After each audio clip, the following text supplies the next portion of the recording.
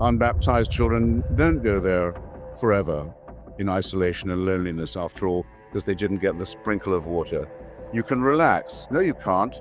Millions of parents thought that's where their dead children have gone, ladies and gentlemen, for hundreds of years. Miserable, frightened, humiliated, upset. They believed it. It was real to them. It was cruel to tell them this nonsense to begin with. It's even more cruel to say, after all, that it's not true, but never mind. After hundreds of years of that, we have to apologize for a few other things too. The Inquisition, sorry about that. The role of the church in the final solution, maybe a mistake. The Crusades, no, we wouldn't do it the same way now. The massacre of Byzantine and Eastern Orthodox Christians, up till the very recent past in the Balkans, we owe them an apology. There's quite a lot to be taking on, isn't it? But never mind, we're getting ready to be infallible all over again. This stuff is not to be believed. What's the worldview of the dog? The dog is given by you food, shelter, water, love, affection, and it thinks you're God. The cat is given food, warmth, shelter, love, by it thinks it's God. Religion makes the following appeal to us, which is why I say it poisons everything, because it goes to the deep nature of our self-respect and our humanity and our integrity. It makes the following bid to us. It says, you are born sinful. You're born guilty. You're guilty of crimes that were committed before you were born. You are not able to evade them. Your sin is original. You're made from dust, or in the Quran, from a clot of blood. Your creator is not in a very good mood with you, and there's no reason why he should be, given what piece of excrement you basically are. That's the masochistic element of it. But after this thoroughgoing abjection, thoroughgoing demand that you throw aside all your self-respect, you're told there is, however, some redeeming news. The universe is designed with you in mind. The cosmos cares what happens to you. And if you will continue to abject yourself like a serf in front of God, you may hope for the forgiveness of sins, for eternal life, and for a divine plan. In other words, the maximum appeal to the abject, to the servile in you, and the maximum appeal to the self-centered and the egomaniac. Not a very wholesome way to begin a discussion about the main questions, such as why are we here? Who are we? What are we here for? What is the just city? How would it look like? What is the meaning of life? It's begun by a horrible lecture from a dictator. And you're then further told that if you do not bow the knee to a celestial dictatorship, unalterable, unchangeable, unappealable to, if you don't believe in that, you would have no means of telling right from wrong. How would you know how to do the right thing or avoid the wrong if you were not being told by a celestial dictatorship? Once again, an absolutely central attack on any concept that we might have of our own integrity, dignity, and self-respect. How would Huck Finn know? Admittedly, he's a fictional character, but then, so most of the people I'm going to be discussing, from Moses onwards.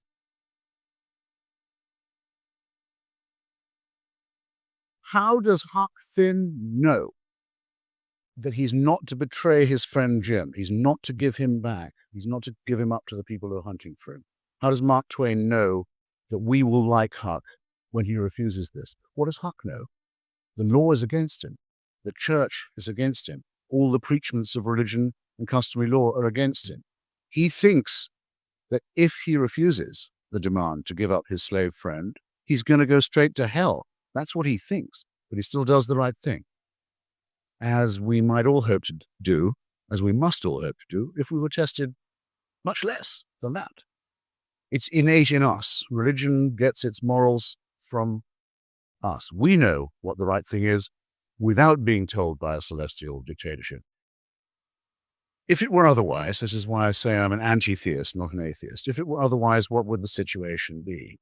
Every one of our waking and sleeping thoughts would be under permanent surveillance at all times from the moment of our conception, according to some at any rate, certainly birth, until not just when we died, because that's when the real fun would begin. Now, it's as if those who wish it to be true, which I do not, you can be an atheist and wish that there was a God. Many atheists I know do wish it was true. Why do I not? Because I don't want to live in the celestial North Korea. I'm one of the few people who's been to, as a writer, to North Korea and Iran and Iraq too, to all the axis of evil countries in the last few years. When I was young and was told that this is what paradise will be like, you get to praise God all the time, forever, and continue thanking him for everything he's doing for you, sometimes with the aid of musical instruments. But that's the thing, that's what paradise will be like, everlasting praise. I used to think, sounds like hell to me. But I also wondered, what would it be like? I couldn't quite picture it. An attempt is made in the movie Bedazzled, the first version, to try and convey how ghastly it would be. Well, now I know. I've been to a state where there's worship from dawn till dusk and thanking for everything you've got, every tiny crumb. And there's what you get, too, is the tiny crumb. Nothing but thanks, nothing but praise. It's a state where, not everybody knows this, Kim Jong-il is not the absolute dictator of North Korea. He's only the head of the party and of the North Korean army. The head of the state, the president, is his late father, who's been dead for some 15 years, Kim Il-sung. He's still the president, and he's the president, if you pardon the expression, for life, even though he's, as it were, passed on, ceased to be, joined the choir in vestibule, turned up his toes. He's an ex-president. You could call it a necrocracy, a thanatocracy, a mausolocracy. And it's also, you'll notice, just one short of a trinity, because the Son is the reincarnation of the Father. That's what it would be like if this horrible Bronze Age Palestinian myth was true. Unending, eternal, unchallengeable, unchangeable slavery. Who wants it to be true? That's my first question to myself. I'll answer it later. And to you, since I haven't got a debate partner, and to you, ladies and gentlemen, why would anyone want it to be true? If I don't remember to ask myself, isn't secular dictatorship sometimes just as bad? If I don't remember to ask myself this, promise me one of you will, because we can't skip that point. Okay. Why is it wonderful to be here in Seattle and in North America having this discussion at this moment? Because everybody in America believes that everybody else is a strong believer. Everybody believes the opinion polls that say everyone else goes to church and believes in Satan more than they believe in Darwin. Everyone else thinks you can't run for office unless you bow the knee. And this is not true, and your presence here partly materializes my belief that it isn't, as did my swing through the South, where thousands of people came to each stop and all looked around themselves thinking, God, I thought I was the only atheist in this town till I got here. We had to move out of the bookstore in North Carolina into a church to fill up the overspurns.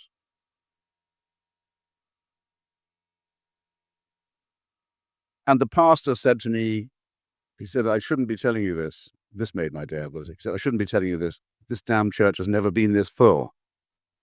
And North Carolina can be a hard row to hoe for an unbeliever, I'm here to tell you, but it's not that tough. Well, I thought, because the Lord sent me the death of Jerry Falwell that week. When Hitchens points out that religion begins by telling us we're born guilty, he's right. The doctrine of original sin comes straight from Augustine in the 4th century, not from Jesus himself. Even Paul's letters in Romans 5:12 were stretched later to mean all humans inherit Adam's guilt. That means Christianity built much of its foundation on a man-made interpretation, not divine truth. Science also shows morality doesn't come from a celestial dictator. Evolutionary biology explains empathy and cooperation as survival traits. Franz de Waal's studies on primates show chimpanzees comfort the distressed and share food without any concept of God or sin. Morality is in our biology. History proves the same. Societies like ancient China and India developed moral codes, Confucian ethics, Buddhist compassion, completely separate from Christianity. They didn't need the Bible to know murder or theft was wrong. Even the Bible undercuts its own claim. In Genesis 3, Adam and Eve are punished for seeking knowledge, not for committing an actual crime. And in Exodus, God orders genocide against whole peoples, including children.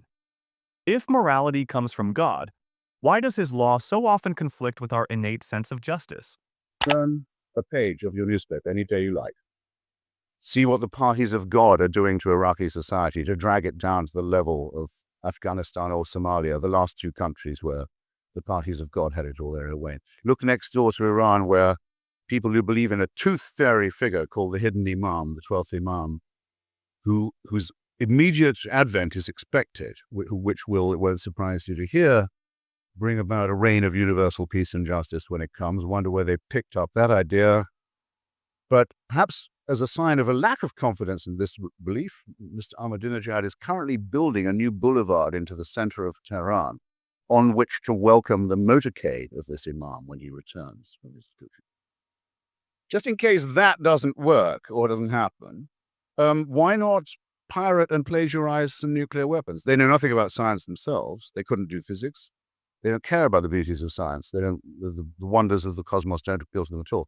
But they can probably steal, or have stolen, the ingredients to make a nuclear weapon. So we now have what we've long feared we're going to have, the coincidence between an apocalyptic ideology and, or rather, shall I say, a messianic ideology and an apocalyptic weapon. It's going to happen now. It happened very soon. Well, suck on that for a second. I've already said what the crazed messianic settlers in the neighboring or not far off West Bank are doing, and who their best friends in America are, the Falwellites and Robertson clones, who think it's amusing to try and propose that, with the help of sources I've gathered in Washington state, that stultifying nonsense be taught to our children in American schools in the year 2007 as equal time. So, hey kids, the chemistry class is over, now get ready for the alchemy period. Astronomy's over, you'll be glad to hear. It's a hard subject, but cheer up, after the break, astrology teacher will be on the scene. What is this nonsense? How can anyone put up with it for a single second? The evil attempt to make children ignorant and frightened. That is also augmented very strongly by another priesthood, which has been teaching them about hellfire and limbo, though they've just dropped limbo at the last minute. As the Pope did recently notice, limbo's over now. Unbaptized children don't go there forever in isolation and loneliness, after all, because they didn't get the sprinkle of water. You can relax. No, you can't. Millions of parents thought that's where their dead children had gone, ladies and gentlemen, for hundreds of years. Miserable, frightened, humiliated, upset. They believed it. It was real to them. It was cruel to tell them this nonsense to begin with. It's even more cruel to say, after all, that it's not true, but never mind.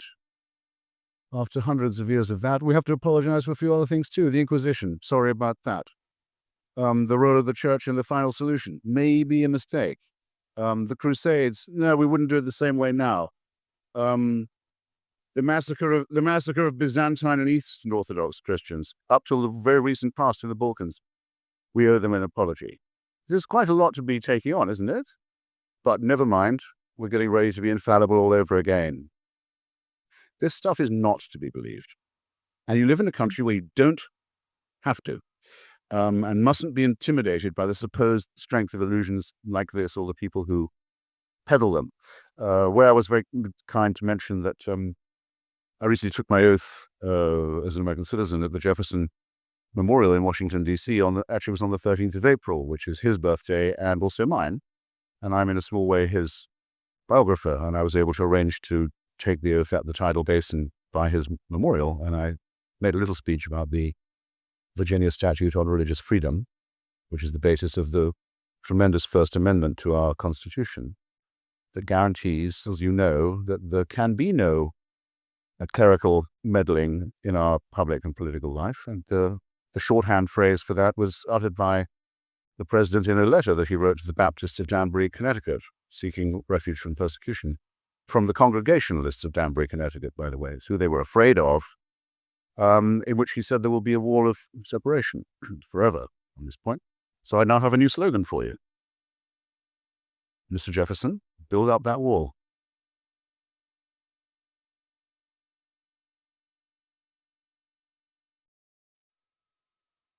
And I believe it's entirely possible that we can construct a cement here between what is patriotic, what is decent, what is rational, and what is not faith-based. I think it can be done. I think it can start here.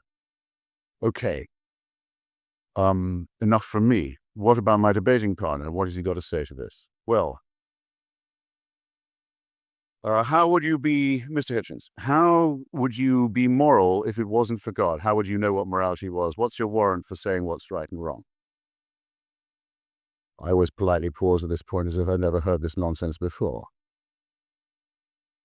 Okay, so I am wrong when I get a sense of satisfaction from giving a pint of blood. It comes from nowhere. I don't lose the pint. I get it back after a cup of tea. And I lie down, but someone else gets a pint of blood they might very well need. A great little transaction. I don't do enough of it. And I have a rare blood group myself, and I might one day want the same person, or someone else rather, to do the same for me. But it's not just a utilitarian transaction. I positively enjoy doing it. Is this from nowhere? I certainly don't know of any heavenly reason I think it. All right, if that's not good enough for you. By the way, give blood whenever you can. It's a noble thing to do. It's the right thing to do. And you may need some blood one day yourself. And you shouldn't be ashamed of the fact that this comes from human solidarity, without which we wouldn't be here in the first place or able to have a language to discuss this in. But all right. Think of my Jewish ancestors, such as they were, hobbling around in the desert. I don't believe a word of the story. Even Israeli archaeology has completely and conclusively disproved the story of Exodus, as is detailed at some length in my book. There was no such presence in Egypt. There was no exile. There was no wandering. There was a lot of massacre and murder and theft, but then there always is when religious tribes are walking around. Let's assume the story is true. Let's assume it. Am I to be insulted by being told that my ancestors did not know until they got to Sinai that perjury and murder and theft were not kosher? Up till then, they thought those are the things we like best. It's a bit of a facer to get all this way and then to have someone tell us that's not on anymore. No, we all have to, I'll repeat myself, we all have to have more self-respect than that. They wouldn't have got that far or anywhere. They would never have been written about or heard of if they'd been under any other impression. Religion gets its morality from us.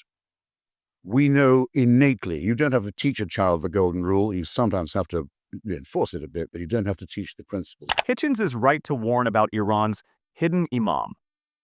Messianic cults always end in bloodshed. The Taiping Rebellion in China killed over 20 million when a man claimed to be Christ's brother. Now imagine that same mindset with nuclear weapons. A dangerous mix of prophecy and apocalyptic technology. He's also correct about religion sabotaging science.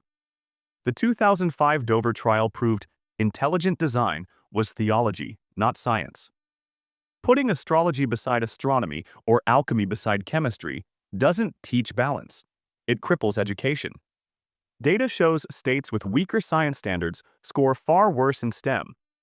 The Catholic reversal on limbo in 2007 is another example. For centuries, parents were told their unbaptized children suffered forever, then suddenly, never mind.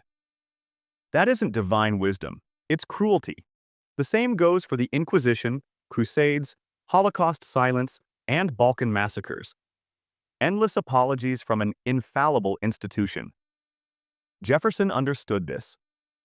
That's why he demanded a wall of separation between church and state. History shows it's the only safeguard against clerical power poisoning politics. And morality? We don't need God for that. Neuroscience proves empathy is hardwired in the brain. Anthropology shows cooperation and fairness existed in tribes long before Scripture. Even the Bible admits it. In Genesis 20, the pagan king knows lying and adultery are wrong while Abraham deceives. Morality comes from human solidarity, not from God. Religion only claimed the credit after the fact, and often corrupted it. Same with the New Testament. How do we know this? Because the story of the Good Samaritan is told by the alleged Nazarene in whose existence I also do not believe. But he talks of a person who went out of his way on the road from Jerusalem to Jericho to help a fellow creature in need. very obviously, this man cannot have been a Christian because it's the young Jesus talking about it. He knows the story already. He's able to tell people that's the way you should behave if you see people in trouble. He never says you need divine permission to do this or a divine warrant to do it. It's ordinary human ethics. And to say that it wouldn't be part of us, part of our warp and our weft and our woof, if it wasn't for divine permission, is to make ourselves into serfs. So I propose we repudiate that and, as it were, stand on our own 2 feet a bit more. Now, speaking of serfdom, well, Mr. Hitchens, isn't it the case that in the last century, some of the worst atrocities, if not the worst of all, were perpetrated by atheists and secularists? Is this not the fact? Very serious question. I have a whole chapter about it in my book. Shall I read it all to you? No, I won't do that. It's available at fine bookstores everywhere. And will be available after this show, where I'll be very polite to anyone who has a receipt, but not to anyone else. Someone asked me the other day, "Are you a materialist?" I said, "Are you joking? Yes. This is America." Well, take the cases that are before us, the most notorious ones. In the case of fascism, the movement that coined the term totalitarianism, that actually put it into circulation, religion being, in my view, implicitly totalitarian with its admiration of an absolute, unchallengeable ruler, there's no other way to describe the fascist movement, beginning in Spain, Portugal, Italy, spreading through Croatia, Austria, large parts of Germany, Hungary, Slovakia, except to say it was a movement of the Roman Catholic Rite. That's what it was. It was a completely Christian movement. All of its leaders were believing Christians. It had an official concordat with the Vatican. The Nazi puppet state leader of Slovakia was actually a man in holy orders. General Franco was very nearly baptized in his rule by that. Anyone can look this up. The church has never ceased to apologize for it, and nor should it. And after the war was over, they helped many of these people escape and begin constructing regimes of a similar model in South America after 1945. No wonder they can't stop apologizing. Nothing secular about that. German National Socialism, not quite the same, I have to say. It's true that the Vatican signed a treaty with Hitler the week he was installed in power. And it was for him the first and most important treaty he ever signed, the Concordat with the Vatican, and neither of them ever broke it. It's also true to say that in Mein Kampf he praises the Catholic Church and never left it, and has nothing but contempt for atheism. It's also true that the Pope ordered that his birthday, the Führer's birthday, ladies and gentlemen of the jury, be celebrated from the pulpit every year, every April, which it was, to the very end. It's also true that 25% of the members of the SS, this we know from Catholic historians, were confessing Catholics, ones who went to confession, and that no one was ever threatened with excommunication for their role in the Endlösung, as the Germans call the Shoah, or the final solution. The excommunication was only used by the church politically after the war, when you were told you'd be excommunicated if you voted for the Communist Party. And it is true that Joseph Goebbels was excommunicated from the Catholic Church. But do you want to know why? Do you know why? He's married a Protestant. Married a Protestant. That's what it took to be.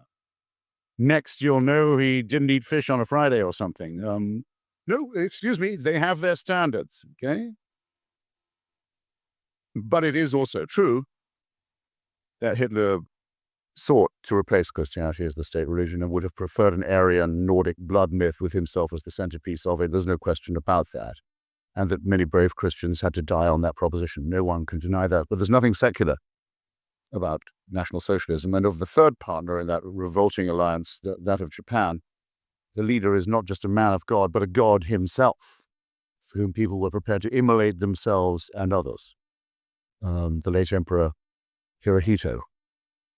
While I'm at it, when his son was sent to Oxford University, this is a digression, but why not?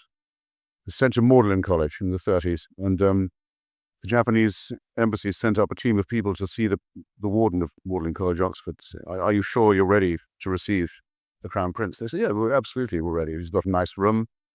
We have a good tutor. Apparently his English is very good. We're looking forward very much to having him as Japanese ambassador. Well, it's just we want to be sure you understand. You're calling him Crown Prince. Of course, that is his title. But you do realize that his father in our country is not thought of just as an emperor, but as God. Do you understand that? The warden of Magdalen College said, I think you'll find we're quite used to having the sons of famous people at Oxford. Anyway, don't know what brought that on. Don't know quite what made me go to that discussion. Anyway, there's nothing secular about an empire whose military ideology, by the way, was that of Zen Buddhism, for those of you who think the Eastern path is more contemplative. Its official ideology, as with the dictatorship in Burma today, is Zen Buddhism.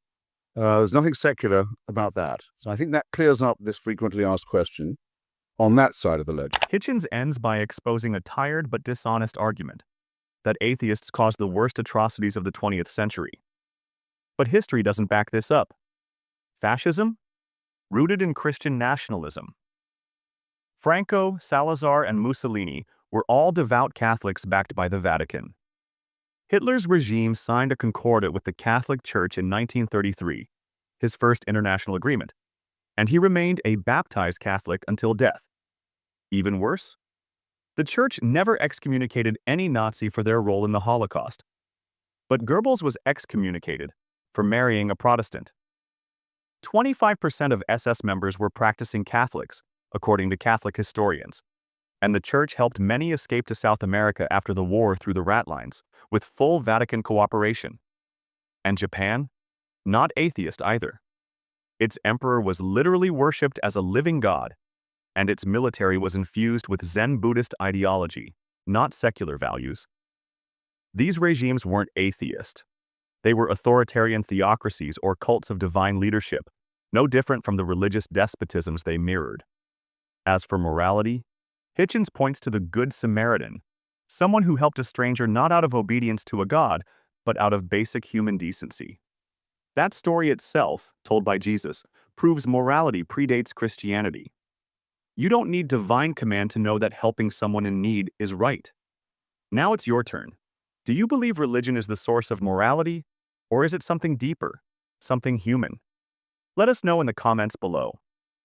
Like this breakdown? Give it a thumbs up. Join the conversation. And don't forget to subscribe for more deep dives into reason, history, and ideas that matter. I'd really like to know then why it is that in the popular imagination, this assumption has developed that intellectualism, scientists and philosophers and the academy is sort of tied up with atheism. That, you know, once you become a bit intellectual and you start learning about stuff, and if you actually read the Bible, oh, you'll be talked out of all of that. We've already talked about how you think that's like just untrue, but then why that association in the popular mind? That, I think, is a complex question to which there are several different answers that one can think of immediately. First of all, in this country, there has been media bias, I believe. Mm-hmm. There's much more communication of atheism. Secondly, there's been, in our recent lifetimes, the so-called New Atheist movement, which Yes. has picked up a lot of people, I feel. And if you want to trace that back, you're going back to the Enlightenment in a way, forgetting the evil side of the Enlightenment and just sticking with the intellectual side. And also the idea that is either consciously or unconsciously perpetuated by some scientists that science is the only way to truth, which we call scientism. Mm-hmm. And there are a number of people around here that believe that. Peter Atkins, whom I've debated several Yes. times, and you must know very well, holds to that view. And to my mind, it's almost amusingly false.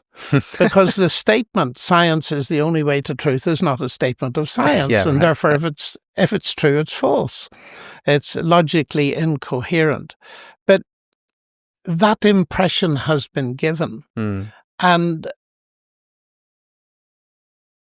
I can't explain it any more than perhaps there's also an element of the zeitgeist, where the culture is at, Yeah.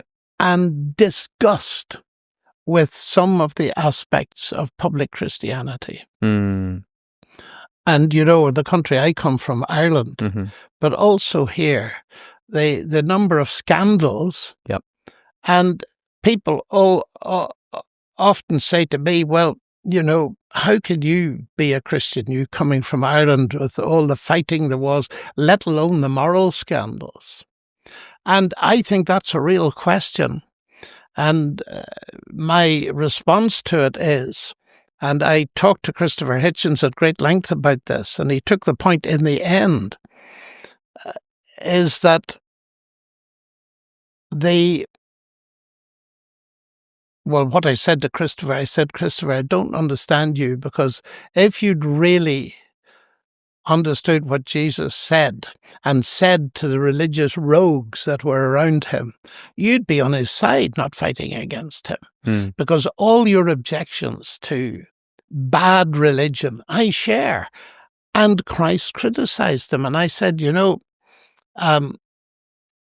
you talk about Christianity being cause for war. Well, that was what Christ was put on trial for, that he was promoting terrorism. Mm. And Pilate declared him innocent because, and here's the interesting thing that I remember discussing with Christopher very clearly. I said, you know, Pilate was threatened by any threat to Rome. And was Jesus a king who was trying to overthrow him politically? And Jesus' answer was, well, I am a king, but not in the sense you mean. To this end, I was born, to this end I came into the world, that I might bear witness to the truth. And Pilate said, what is truth? And went out and said, Jesus is innocent, because he was bright enough to see what most of us can see, that the one thing you cannot do by force and violence is impose truth, especially if it's truth about salvation, peace with God, forgiveness, a new life, and all this kind of thing. Yes.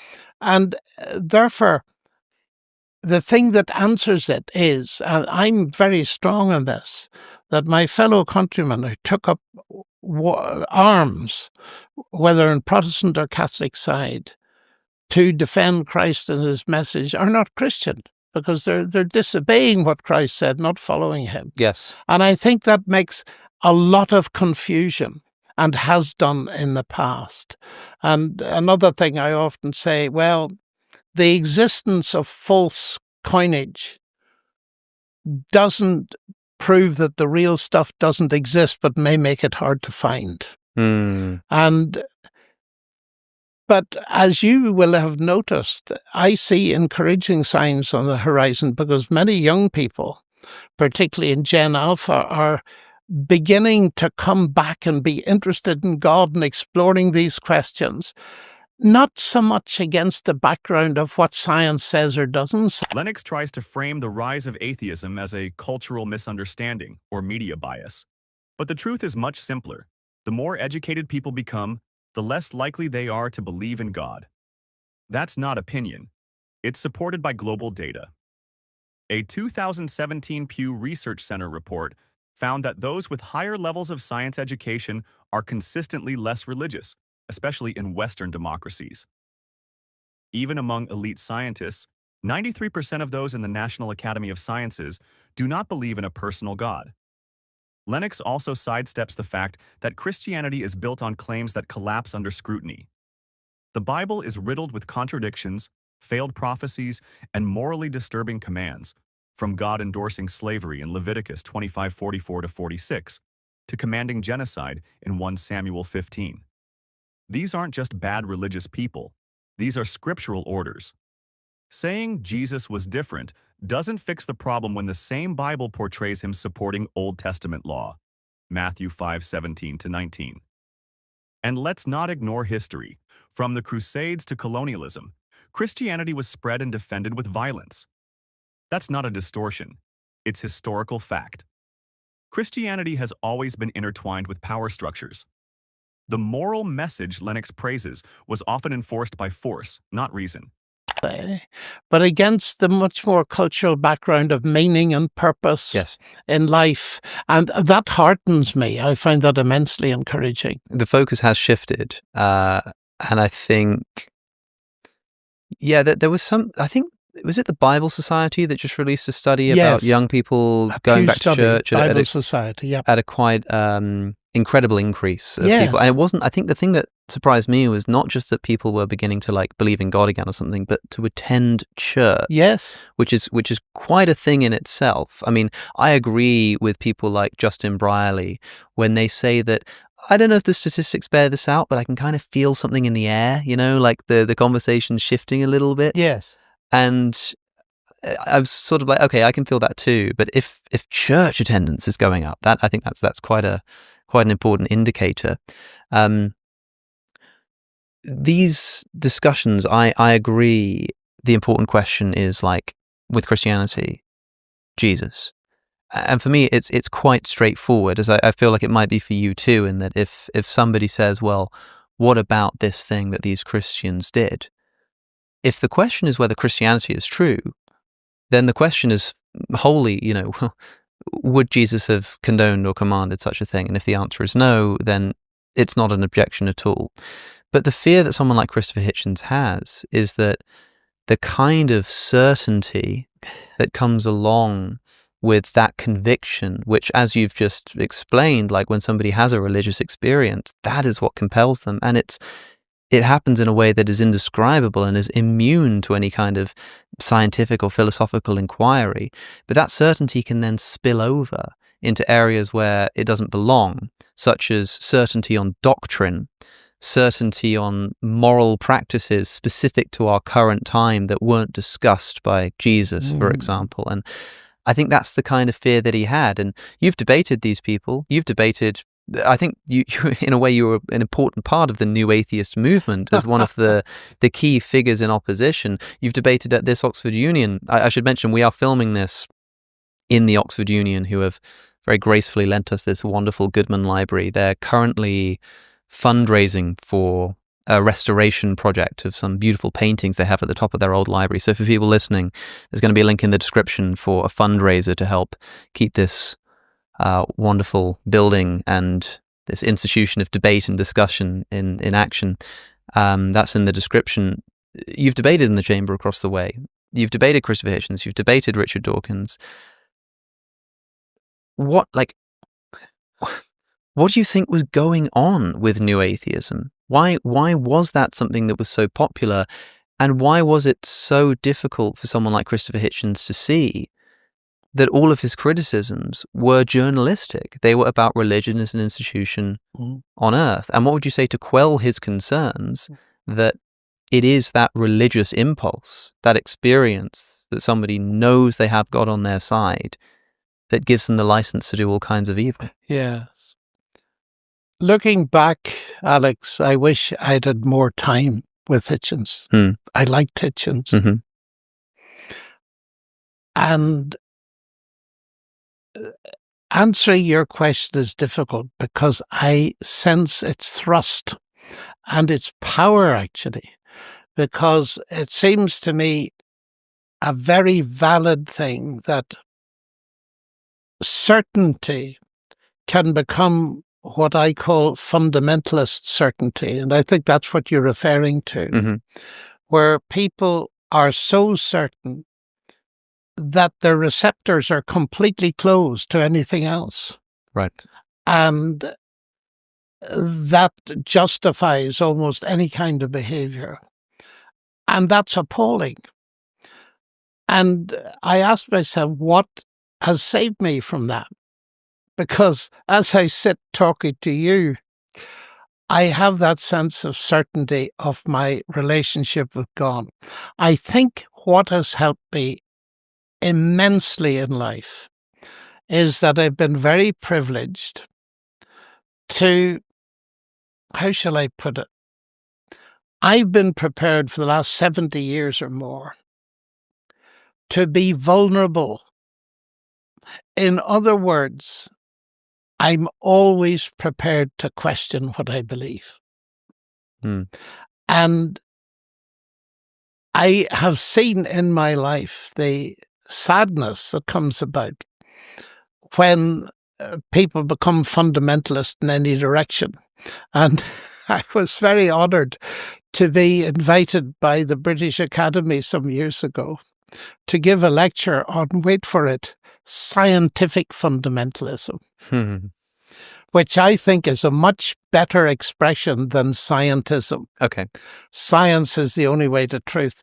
And what fascinated me that day, I was terrified, going into the British Academy and all the academicians there and so on, was the positive response was absolutely amazing.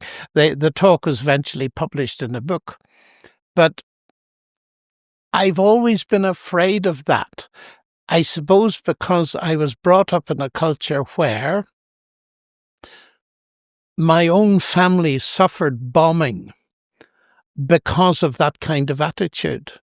My father ran a business, and just your listeners and people watching this will be interested to know that in a country where there's huge tension between Catholics and Protestants that was fomented by a lot of extremists on both sides, my dad employed equally, as far as he could, Protestants and Catholics in his shop in the centre of one of the most difficult towns in the country. And because of that, I said, Dad, this is really dangerous. Why do you do it? And I'll never forget his answer. He said, son, Scripture teaches us that every man and woman, irrespective of what they believe, is made in the image of God, and I intend to treat them like that. Now, that was amazing. That and the fact that they let me think were two of the biggest things they could have given me. But that as a moral guide has been very important to me in life. In other words, translating it, I can learn from everybody. Lennox admits that certainty can lead to dangerous fundamentalism, but he doesn't confront the real issue. Christianity itself often rewards that kind of blind certainty. In the Bible, faith is praised not because it's supported by evidence, but because it isn't. Hebrews 11:1 literally defines faith as confidence in what we hope for and assurance about what we do not see. That's not open-minded inquiry. That's embracing belief without proof. The problem isn't just extremists. It's that Christianity claims moral authority directly from God. And once you think your moral commands come from a divine source, you can justify almost anything. That's exactly how people have defended slavery, Ephesians 6:5, genocide, Deuteronomy 20:16-18, and the subjugation of women, 1 Timothy 2:12. Those aren't fringe interpretations. They're written in the same scriptures Christians call the Word of God. And Lennox's claim that his father treated everyone with dignity because of Christian teachings ignores history. Universal human dignity was not a Christian innovation. It was fought for against Christian doctrine, especially during the Enlightenment, when secular philosophers like Kant and Paine pushed for equality and rights in spite of the Church's resistance. Alex O'Connor is right to be skeptical. When people are absolutely certain they speak for God, they stop listening, and that's when real harm begins. Jumps out at me from what you're saying.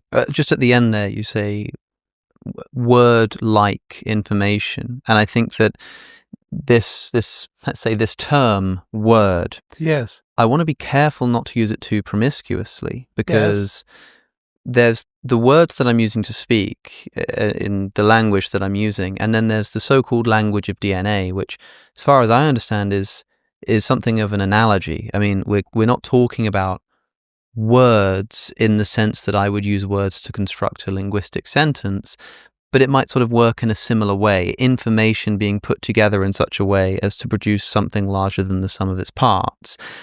You've also then got the word that God speaks in Genesis, which is when he says, "Let there be light," which reads to me like a pronouncement of the divine.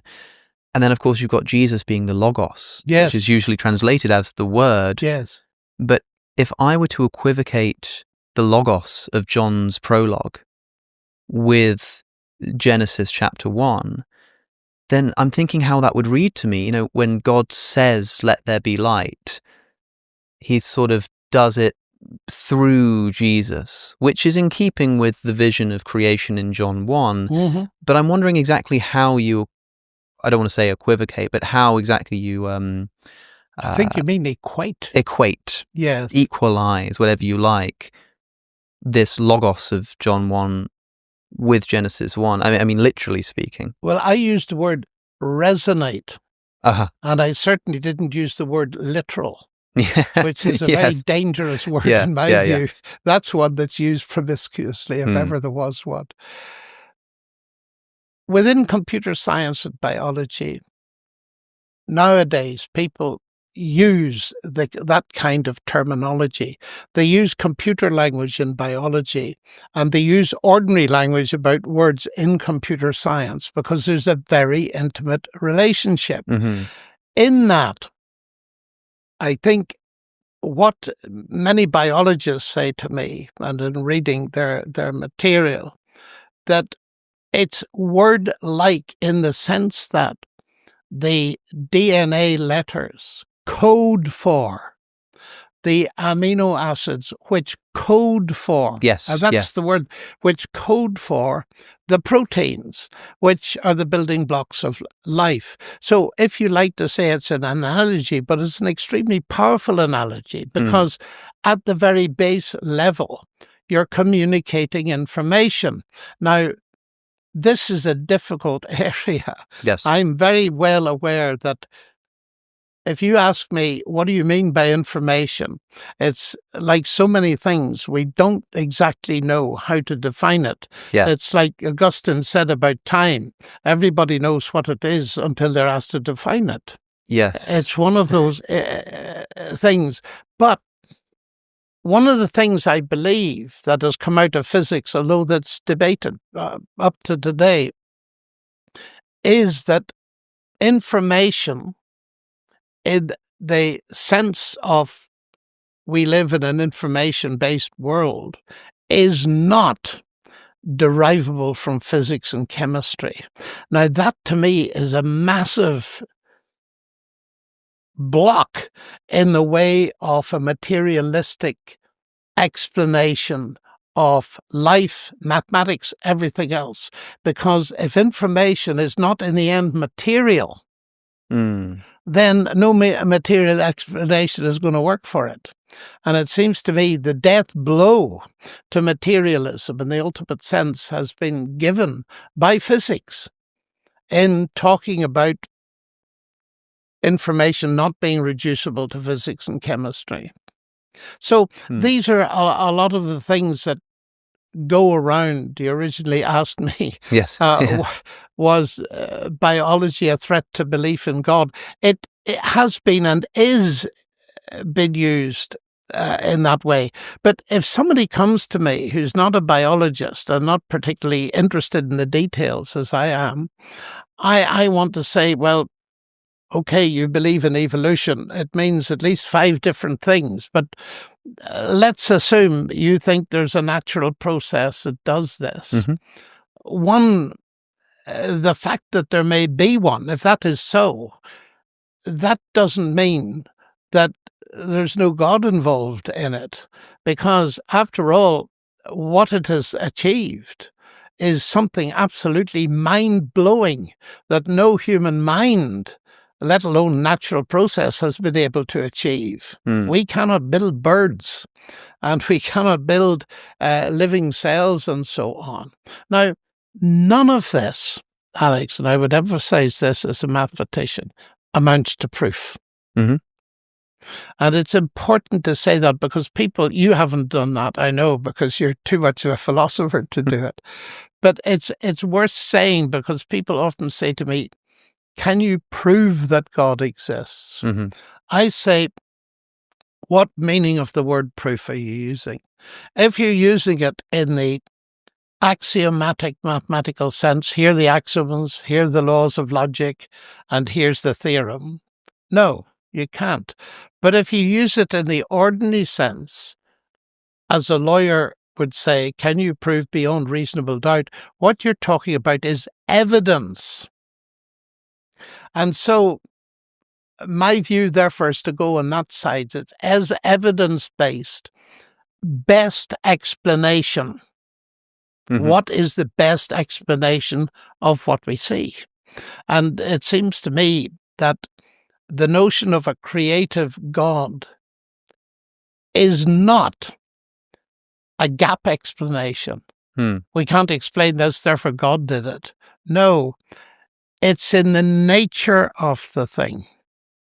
How can I illustrate that?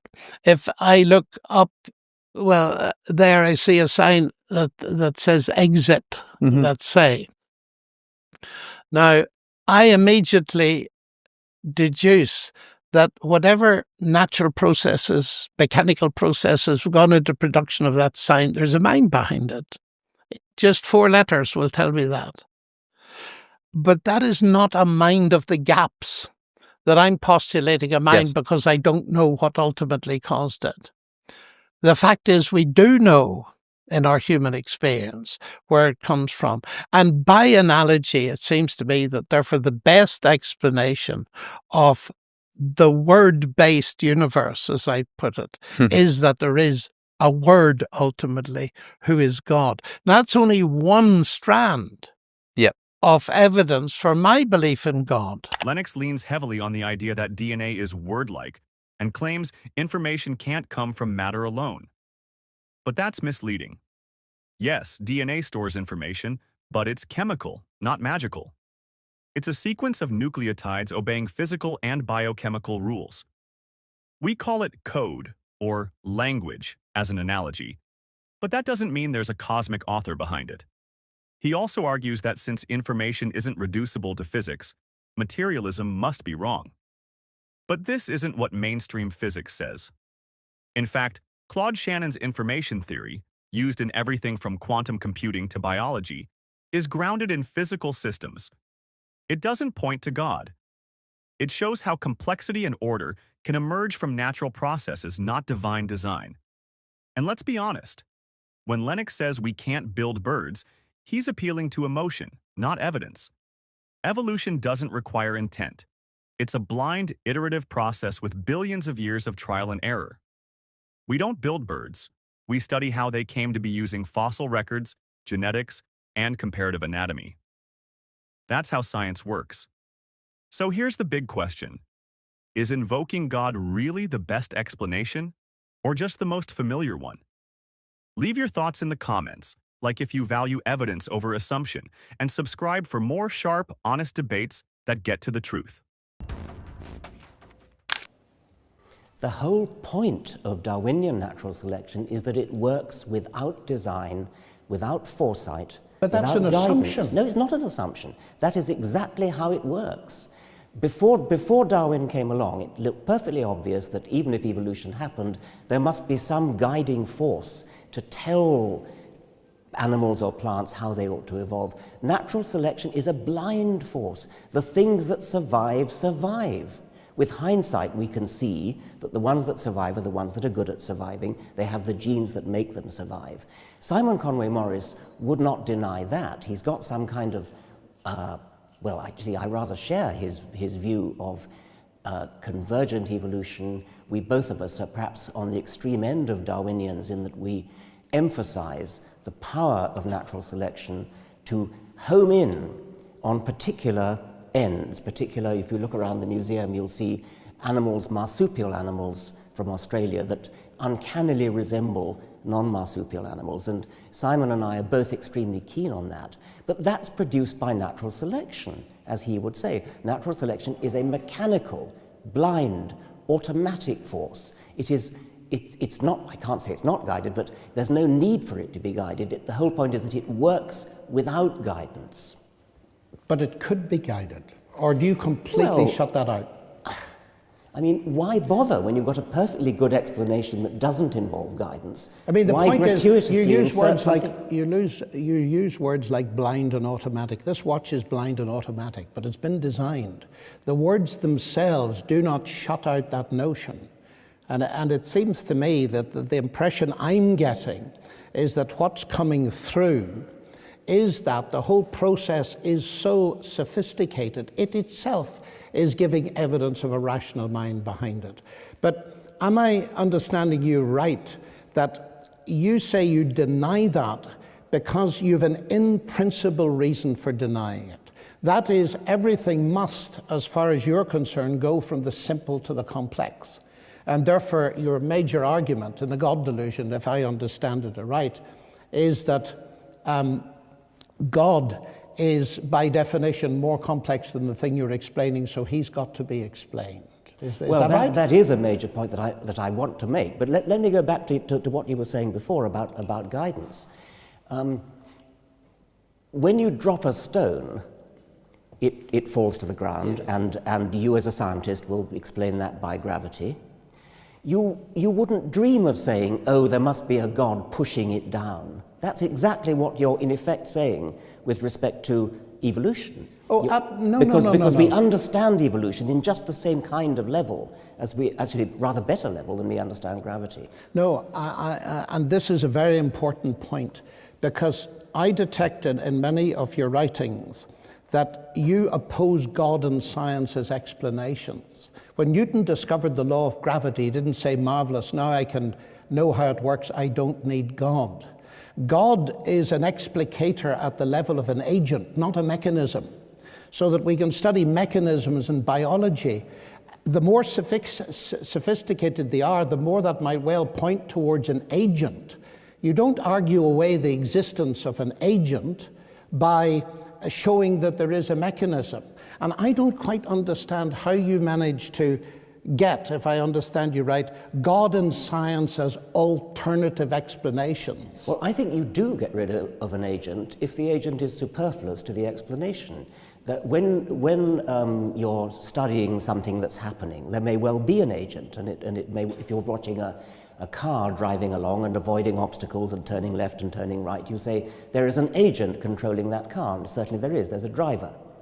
But if you don't need an agent to explain what's going on, and we don't in the case of biology, and we don't in the case of gravity. Of course, I accept that Newton was a theist. He lived in the 17th century and everybody was.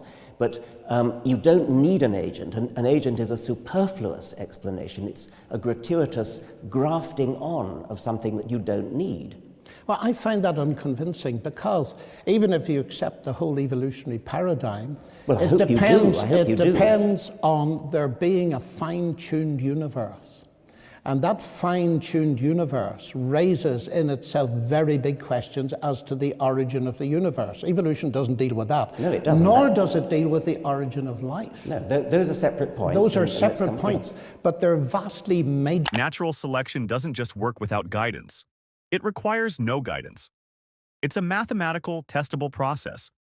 For example, in Richard Lenski's long-term E. coli experiment, running for over 75,000 generations, scientists observed bacteria evolve entirely new traits without any designer. It happened through random mutation and selection. No intention, no foresight, just biology. Dawkins is also right to compare this to gravity. When you drop a stone, you don't ask who's pushing it, because gravity is a law. Same with evolution. Once you understand the process, saying, God did it, adds nothing. It's like explaining lightning by saying Zeus threw a thunderbolt. It's outdated. Religious arguments like John Lennox's often rely on the God of the gaps. They insert God wherever science hasn't answered everything yet. But science progresses. Religion stays static. Christianity used to say Earth was 6,000 years old. Now we know it's 4.5 billion. Genesis says animals were created all at once. Fossils show they developed gradually over millions of years. The Bible gets biology wrong. Even the idea of a fine-tuned universe falls apart under scrutiny. If it were truly fine-tuned for life, 99.9999999% of the universe wouldn't be empty space, deadly radiation, or black holes. And if God designed humans, why would we have vestigial organs like the appendix or eyes with blind spots? Your points. They are, yes. As long as we were dealing with evolution, I was talking about evolution. If you want to move on to talk about these other things, I'm happy to do so. I'd be very happy to move on, but the notion of things in principle going from simple to complex, and they must go that way, that seems to me to be your belief, your faith. Well, things must go from simple to complex. Yes. No. I mean, If things go from simple to complex, we need an explanation. Yeah, we Natural do indeed. selection is an explanation for that. It's the explanation in the case of biology. Well, let's go back to the level of the origins of the universe and the origin of life. Now, life, as we both know, has got this digital database. It's got a language all of its own. Now, the only thing we know of capable of producing language is mind. And yet you reject that. By definition, as an atheist, you must reject that. There's no mind behind this language. I do reject it. When you say the only thing we know that can produce language is mind, I mean, we know that what produces human language is mind. Of course we do, because that's human language. But DNA is not human language. Yeah, but DNA it's very sophisticated. It's very sophisticated, but it doesn't follow that it has to be generated by mind. But we know of no other conceivable way of it being generated. You see, because it seems to me from the mathematical point of view, I think you said this somewhere in a different context, junk in, junk out. Here we have this phenomenally sophisticated information processor, which is the cell. Am I really to believe that that information processing capacity simply came about by the laws of nature and random processes without a mind? Yes. Well, absolutely. I find that impossible to believe as a mathematician. I know you do. This is called the argument from personal incredulity. But I could just reverse that and says your position is the argument from personal credulity. No, that rationality comes from irrationality, that mind comes from matter. To me, the biblical explanation in the beginning was the word, the logos. That makes perfect sense. And it makes sense of the fact that we can do science itself. But you haven't explained where the logos came from in the first place. Well, of course not, because the logos didn't come from anywhere. Well then, in what sense is it an explanation? Because the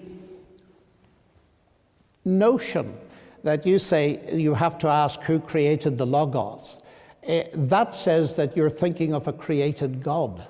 The whole point about the God revealed in the Bible is that he was not created. He is eternal. He is the eternal logos. And I ask myself, as an inference to the best explanation, which makes more sense? That there's an eternal logos and that the universe, its laws, the capacity for mathematical description and so on, that these things are derivative, including the human mind, from the logos. That makes very much more sense to me as a scientist that it's the other way round, when there is no explanation for the existence of the universe. Do you just believe the universe is a brute fact? The universe is an easier brute fact to accept than a conscious creator. Well, who made it? It's you who insists on asking that question. No, you asked me who made the creator. The universe created you, Richard. Who made it then? A God is a complicated entity which requires a much more sophisticated and difficult explanation than a universe, which is, according to modern physics, a very simple entity. It's a very simple beginning. It's not a negligible beginning, but it's a very simple beginning. That has got to be easier to explain than something as complicated as a God. Yeah, you can't explain the existence of God, but I think you may have missed my question. I'm drawing a parallel.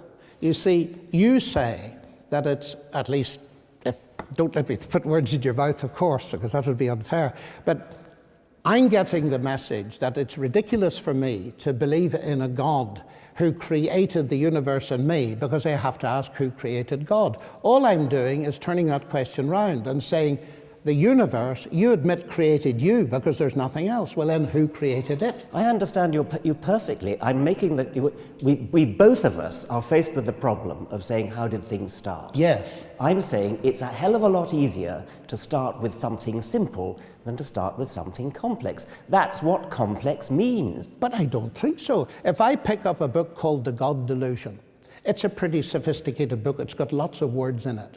But actually, as I look at page 1, I don't even need to go beyond page 1, I conclude that it comes from something more complex than that book itself, namely you. Yes, I mean, obviously complex things exist and brains exist. Well, and why brains can are I not complex. look at the universe, the whole show, which includes Well, I'll tell Dawkins you and why. Lennox? I'll tell you why. Because my brain that produced a book has an explanation in its own right. That explanation is evolution. We go back and back and back to the origin of the universe. That provides an explanation for complex brains, and complex brains produce books and museums and cars and computers. Of course we have complex things that produce other complex things. But science has an explanation for where complex brains come from in terms of simple. John Lennox argues DNA looks like language, so it must come from a mind. But that's false reasoning. DNA is a chemical sequence formed by base pairs, adenine, thymine, guanine, cytosine, built through physical and chemical processes. We've observed how simpler molecules, like amino acids, form naturally under early Earth conditions. In 1953, the Miller-Urey experiment showed that organic molecules could form from non-living matter in a controlled lab environment. No mind needed. He also claims information can't arise without intelligence. But that's wrong. Shannon. Information theory defines information as patterns that reduce uncertainty, not something that must come from a mind. Evolution creates new information every generation through mutation and selection. For example, bacteria evolving antibiotic resistance is new, functional genetic information, and it happens with no design.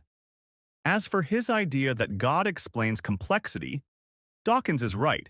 Inserting an unexplainable eternal being doesn't solve anything. It makes the problem worse. The universe can be modeled from a quantum vacuum, where virtual particles pop in and out of existence based on the uncertainty principle. This is observable physics. A God, by contrast, has never been observed, tested, or measured. Lennox quotes, "In the beginning was the Word," as if that explains the universe. But quoting John 1:1 doesn't make it true. That's theology, not evidence. There's no scientific data showing a divine logos created reality. It's an untestable claim. Christianity makes supernatural claims, virgin births, global floods, resurrection, that directly contradict what we know from geology, biology, and physics. Beginnings. I don't think it has at all. At the level of the origin of life, reading the literature, even the recent literature, the word miracle comes up probably far too often for your liking anyway, that they're just going from, say, the self-organizational properties of low-level molecules that you got in some kind of primeval situation to the phenomenal self-organizational potentialities of macromolecules. There's just no way you can get there. Well, you're asserting that there's no way. We don't yet know what it is because there's a lot of work yet to be done. Science doesn't yet know everything. There are still gaps. Yeah, but I'm not ruling out the fact that there's a physical side to it and so on. But it seems to me that the fact that the basic description of this ancient language, and it's a very ancient language of DNA, points much more arguably to the existence of a logos, a divine logos who started it, than the notion that it's going to be exhaustively explained in purely naturalistic terms. Because I would still go back to the point I made earlier, although I don't want to harp on it. This extreme reductionism removes from me the very rationality which we use to have the discussion. So that I'm not simply terribly tempted to believe it's all been designed. I believe it's all been designed, but that doesn't, and here's something else that I'd like to bring up in this, that doesn't stop science. I fear sometimes that your dichotomy, either God or science, might put some people off science because they'd prefer God, and that would be a pity. Well, you're hopping around from one topic to another, but so we could do the origin of life, we could do the idea of miracles, the idea that somehow my approach to science puts people off. But, okay, let's do the last one then. When you feel like it, you will smuggle in magic. You'll smuggle in magic for miracles in the Bible, you'll smuggle in magic for the origin of life. I can't explain the origin of life at the moment. I mean, nobody can, people are working on it. But you believe that it will have a naturalistic solution? Yes, I think that it is a cowardly cop-out to suggest that just because we don't yet understand something, therefore magic did it. Oh, well, I would agree with that. I mean, the God of the gaps idea. Well, but that's exactly what you're putting forward, the God of the gaps. You're saying, you're pointing to the origin of life, you're pointing to the origin of DNA and saying, oh, well, okay, Darwin's done everything after the origin of life, but he hasn't done the origin of life. No, that's the God of the gaps. I think what I'm saying here is that there may well be two kinds of gaps. That is, there are bad gaps that science closes. But could it not be that science can open some gaps? Now, what I mean by that is this. Your assumption, as I understand it, is that there's going to be an exhaustive, reductionist, naturalistic explanation of everything in scientific terms.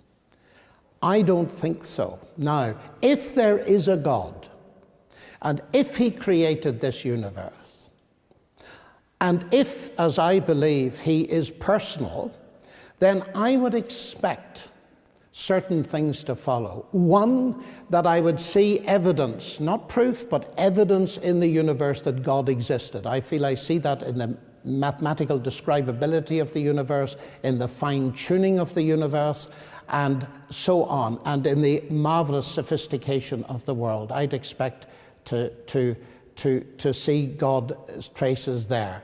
I would also expect that there may be occasions when God speaks in special ways, and therefore the more we try to analyze those things in terms of purely reductionist science, it'll get more and more difficult instead of more and more simple. I wouldn't expect there to be many of those places. I think the origin of life might be one of them. And certainly when it comes up into more recent history, you mentioned miracles. The thing that is central for me is the fact that what you call petty, and I feel is vastly significant, because it's touching on something that affects every human being, the question of death. Now, if Jesus really literally rose from the dead as a matter of history, that makes an enormous difference to our view of the world. And so far from being petty, if this is God speaking to us, then I want to take it extremely seriously. Why do you think it's so petty? Well, of course it makes a huge difference if it's true. But yes, exactly. But you've suddenly leapt from sophisticated discussions of the origin of the universe, where one can have a proper discussion about whether some sort of cosmic intelligence could have set forth the laws of physics. And you suddenly jump to a man who lived 2,000 years ago, was born of a virgin, rose again from the dead. Well, I only did that because you mentioned it first at the beginning. I think that's petty.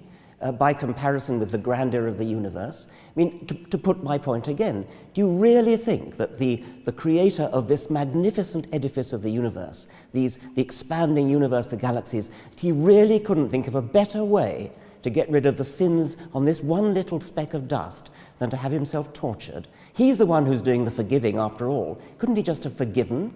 Because this is a moral universe, Richard, and just forgiving doesn't make sense. I mean, he has to kill himself in order He to... doesn't kill himself. Or get himself killed, tortured. God sends his Son into the world to provide forgiveness and to provide a basis on which he can justly bring forgiveness to me. Now, he has to get himself killed in order to do that. Well, half a minute. We need to step back from this a little bit because it's actually a highly relevant topic. In your world, where is justice to be found? Well, justice is a human construct of great importance in human affairs, and it's something that most of us have a sense of, which I think probably can be given some sort of Darwinian explanation, but I don't see where you're taking. The RNA world hypothesis shows how self-replicating RNA molecules, precursors to DNA, could form naturally from basic chemistry. Peer-reviewed research from NASA, Harvard, and University College London shows that amino acids, nucleobases, and even sugars can form in space and survive planetary conditions. Life's building blocks don't need a miracle. They need time, pressure, and chemistry. Lennox brings up the language of DNA, but this is metaphor. DNA is not a human language. It's a biochemical sequence. Just like gravity or thermodynamics, it follows natural rules. Saying only a mind can write DNA is no different than saying only a mind can make snowflakes. It's false. His leap to Jesus' resurrection is even weaker. There is no physical evidence Jesus rose from the dead. The Gospels were written 40 to 70 years after his death, contradict each other, and reflect theological agendas, not historical records. The earliest Gospel, Mark, ends with no resurrection appearance at all in its oldest manuscripts. That's not reliable documentation. It's ancient mythology. Christianity says sin must be paid for with blood. But that's Bronze Age justice, not universal truth. Societies today have abandoned blood sacrifice because it's immoral and unnecessary.